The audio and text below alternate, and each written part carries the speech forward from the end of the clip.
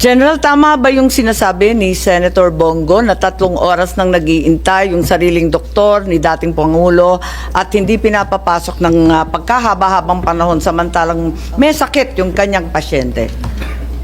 There was a doctor from Cardinal Santos, ma'am, babae. At nag-request pa nga yun nung... 3 oras bang nag-intay? Nag-request pa ng... Diyan na ba si Dai? na magpapasok ng ECG, ma'am. Pero 3 oras nag-intay? 3 to 4 hours po bago pinapasok ang doktor at yung ambulansya. Ginawa nga pong installment yung pagpapasok ninyo. Una, papasukin muna yung isang doktor. Pinapasok na naman yung isang doktor. Finally po, kailangan pumasok yung ambulansya, yung ECG mismo, pati yung oxygen. Anuhin mo naman yung doktor, wala yung ambulansya, wala yung ECG, wala yung oxygen. Tingnan niyo po yung records niyo, ano oras nakapasok. 10 a.m. yung arrival, kapasok yung doktor, mga alas 2 na po, siguro alas 3. Ito, 4 hours. Pakiusap ko lang po yung katotohanan lamang po. Huwag na tayong magpaligoy-ligoy dito, huwag na natin iikot pa. The truth lang po. Maraming salamat, Senator Go. At nakita ko yung mga retrato ni Presidente Duterte nakahiga, natutulog sa isang maliit na upuan, may oxygen cannula. Talagang sintomas yun pag nahihilo na sa diabetes. Hindi ba kayo natauhan doon sa sitwasyon niya, sa kalagayan niya? Di pa kayo nag-alala na yung inaaresto ninyo talagang masama ang kalagayan, maluba ang karamdaman?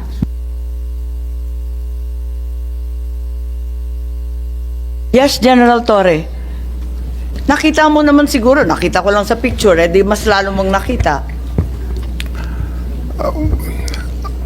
Regarding the medical condition of the former president, sa tingin ko naman, ma'am, supisyente ang mga doktor na nandun, and I defer to their expertise. Pero hindi niya doktor. Ang ayon sa batas, andun, siya ma'am, ang may picture. pipili ng doktor. Ma'am, may picture tayo rito na may doktor siyang sarili galing sa sa Cardinal Santos. Babae po yun, nakaputing t-shirt, at siya po ay doktor ni PRRD. Ang sa akin lang dito, ma'am, is that I take comfort on the fact that we have a benefit of 2020 hindsight, ma'am. Bago maglanding aeroplano ni President Duterte, he himself was the one who made a video, pinadala niya sa anak niya, pinost ni Kitty, sinasabi niya okay siya. So I think all the discussions now about his medical condition, parang siya na mismo nagsabi mo na okay siya bago maglanding sa Hague. At ibigay niya kay Kitty yon, pinost sa internet yon, and everyone saw it. Thank you, ma'am. Madam Chair, I understand what you're saying, General Torre. Ang problema nga, kung ako ay pulis sa Batanes, sa kahit saan, sa sulok ng Taguig, sa sulok ng Pangasinan, sa sulok ng ang laki-laki ng Davao, Cebu City, tapos sinabing kailangan ko doktor ko, and then sabihin isa lang sufficiente or sa militar sufficiente, paano kung may nangyari sa kanila? That's why the law is clear. The law is clear. Doctors, priest, choice nung inaaresto or dinidetain, and then ganun din pag family members. No ifs, no buts. Diba? So, I have seen Supreme Court cases where they said that this is not to be a precedent, that this is a special case. Diba? We've seen Supreme Court case. So, if you say this is a special case, given the circumstance, I will not say you're right, but I will not argue with you. But if you tell me, sir, okay naman siya, o tignan mo. So paano nga kung, kasi the law is clear Hindi naman ikaw magsasabing sufficiente, hindi. But you're supposed to allow all of his doctors in right away, and you're supposed to allow his family members there and not deny them. So yun lang yung point that I want to make. Especially kung si Ambassador Lacanilao also is certifying to the ICC. I'm not sure but tingin ko, kaya hindi kinuha kagad si President Duterte na hindi mo pa napirmahan lahat. Because ayaw nilang kunin tapos hindi fit to travel, pag na-stroke yun o may nangyari sa kanya, human rights institution yun, sila pagbibintangan. Kaya ka pinapirma muna na at hindi kukunin hanggang hindi ka pumirma para yung responsibility na sa atin. Diba? So that's what I'm saying, General Torre, that what I'm discussing with you now is beyond what happened here. It's the revised rules of PNP operational procedure vis-a-vis the Republic Act 7438. Sa 7438, there's no exception eh. Hindi sinabi dito na pag ganitong oras, hindi na pwede yung anak. Pagka ganito, yung doktor, pipila ka sa labas, hindi ganitong oras. Di ba? So, anyway, I think we both made our points naman unless you want to add on that, no? Yes, if it's all right, I think Attorney Martin Delgra is now online. Committee Secretary, if you'll administer the oath, please. Nasa ano siya? Nasa hig. Nasaan si Attorney Delgra? I'm here, Madam Chair. Yes, where are you I'm physically present, located? Via Zoom. Nasa I'm Hague pa actually po at The kayo? Hague, the Netherlands. Mukhang malamig ang damit nyo eh. Opo, so medyo, I'm not used to this kind of weather po. Sige, yes, Secretary, Malamig, please. yeah. Attorney Delgra, kindly raise your right hand, please. Do you swear to tell the truth and nothing but the truth in the Senate investigation? Yes, I do. Thank you, sir. Madam Chair. Yes, thank you very much, Attorney Delgra. You said you had some questions for Ambassador Lacanilao. Please proceed. If I may, Madam Chair, just a very short opening statement, because I have been listening to the proceedings earlier, especially on what Ambassador Lacanilao said, as well as General Torres' statement made earlier. But before that, if I may make a very short opening statement, if I may be allowed. Yes, please go ahead. Thank you. I thank the Senate committee for inviting me in today's hearing. At the outset, it is our humble submission that the Senate committee and eventually Congress to craft meaningful legislation, among others, on making persons liable who bring, cause to bring, or forced to bring Filipinos out of the country without legal or proper travel documents. We understand that under current legislation, I may not be properly informed, but it is only the person who travel or attempt to travel illegally abroad who is personally liable. In the case of the former President Rodrigo Roa Duterte, he has vehemently objected his transport to The Hague, the Netherlands. When General Torre and his PNP personnel were finally able to surround and secure the person of the former president eventually into the plane and to The Hague, he loudly objected, and I quote, "You have to kill me to bring me to The Hague." He said that at least twice. That said, the former president, he has consistently said that he will face any case that may be filed against him in the Philippines in relation to his administration campaign against illegal drugs. Another point that I would like to state here for the record for the Senate committee to consider is to review the consistent government policy to assist any Filipino harassed, arrested, detained, or even convicted abroad for whatever cases filed against them, extending in any legal assistance, including the repatriation of its citizen to the Philippines. Very recently, three Filipinos were detained in China, but were assisted by the Philippine government through this administration. And I think 2 or 3 days ago, 15 Filipinos whose cases were dismissed in Qatar, crediting this administration's assistance to our kababayan. What is upsetting and mind-boggling to me is that we have an elderly Filipino citizen, an 80-year-old Filipino, who was arrested and detained in the Philippines, allegedly by virtue of a foreign, not a local warrant, and forcibly brought out of the country to be brought to trial in a foreign court. And that is my opening statement, Your Honor. Thank you. And that's You had a precisely question? why what the government, Ambassador Lacanilao is saying is utterly untrue, as well as what General Torre have said earlier about the doctor. Ano po ang nangyari sa pakiwari ninyo? Kasi sinasabi ninyo hindi totoo yung sinabi ni Ambassador Lacanilao at ni General Torre. Ano ba talaga ang nangyari? Just to give context, Madam Chair, in the same way that Senator Bongo was not allowed entry when we arrived at the NAIA 3 terminal and to talk to the former president, but he was eventually brought to Villamor, we were able to follow the former president to Villamor. Apparently, the guards at Villamor were not able to see who else were in the convoy, so we were able to get in. Unfortunately for Senator Bongo and the rest, including some lawyers, they were not able to get in, despite their request that they be able to see the president. That said, I was there all throughout the day until the time he left in the evening. And Ambassador Lacanilao was there as well inside the Villamor Air Base.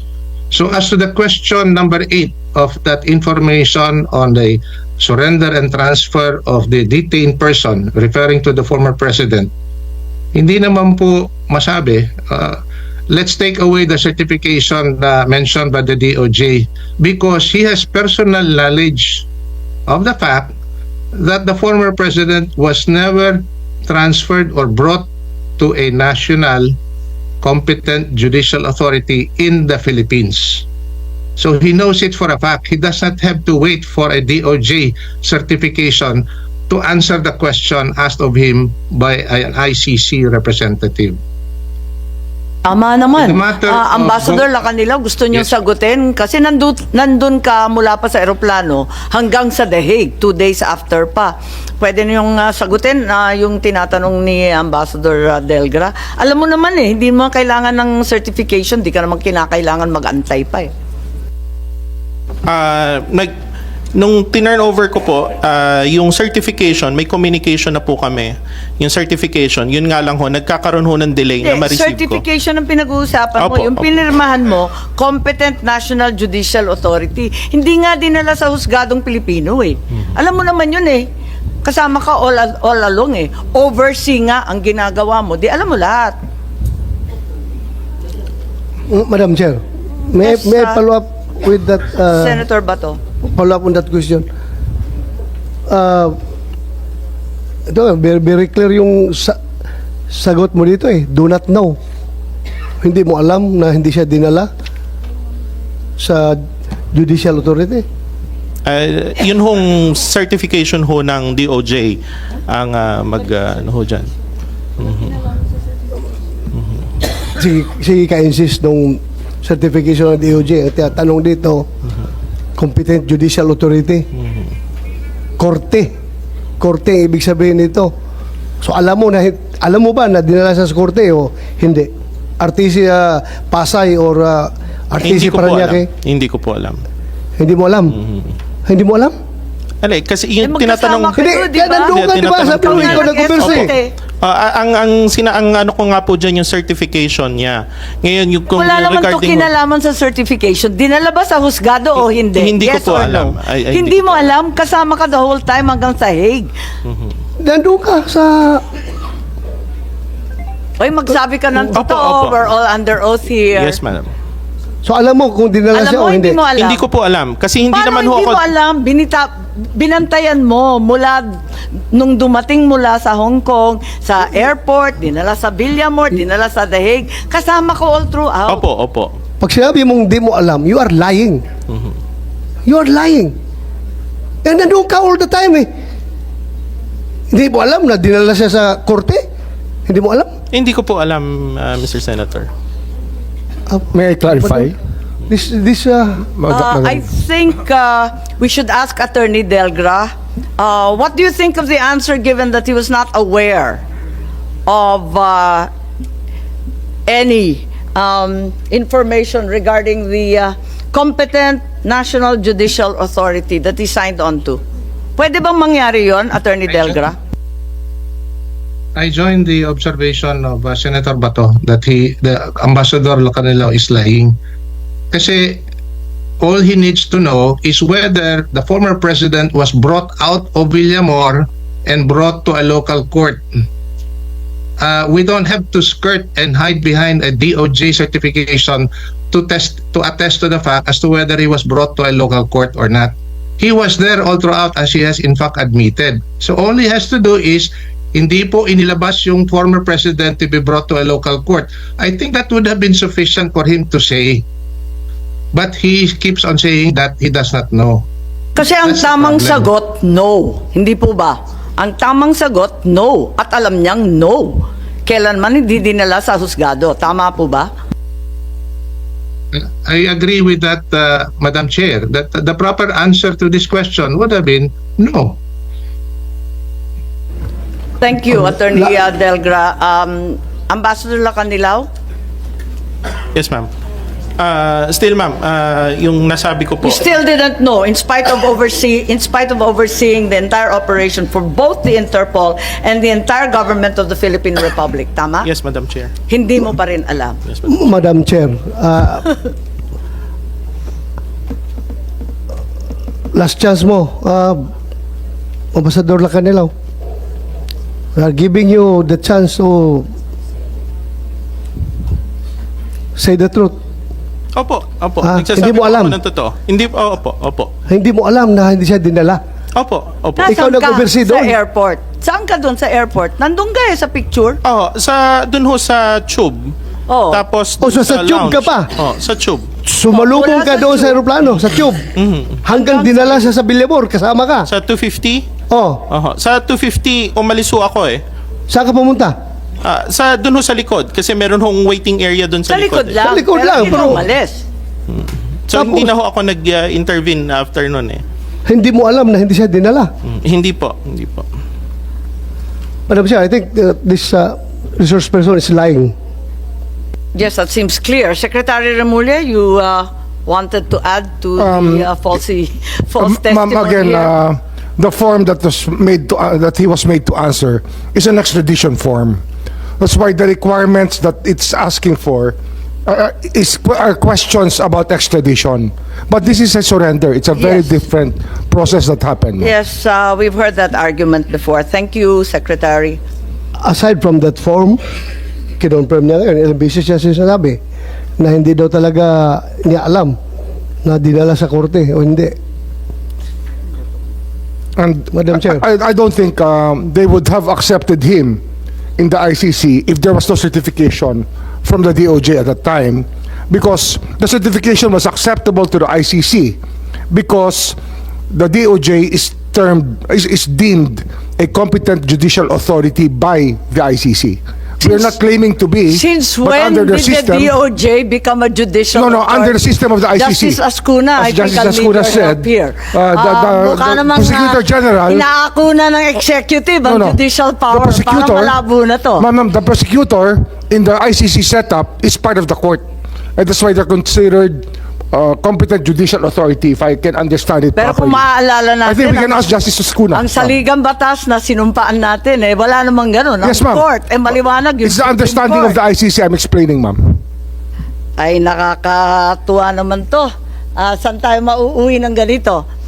Ngayon, ang DOJ na ang korte. Ganon. No, ma'am, no. It's just the understanding of the ICC. that Please the make up your mind. Sabi mo, you have judicial power. No, we And don't have you're the judicial power. competent Don't put national judicial we don't authority. put words into action that were not really said. What we're saying is that I is the think understanding of the same statement ICC. was made by your ASEC or USEC Clavano. Yes, that is the understanding that the ICC has of the function of a prosecutor, because under their system, a prosecutor is part of the court and thus competent judicial authority. That is the ICC's way And the same of treating prosecutor was in a fact prosecutor. Filipino? Well, Sabi, to their national. understanding, it's competent judicial Yung authority ICC under the ICC. prosecutor na Pakistani English naging Pinoy? Sure Well, ka? ma'am, they have a different way of looking at judicial authority in the ICC. That's why Looking, the form. isang tingin lang makikita mo, hindi naman Pilipino yung prosecutor nila, pambira naman.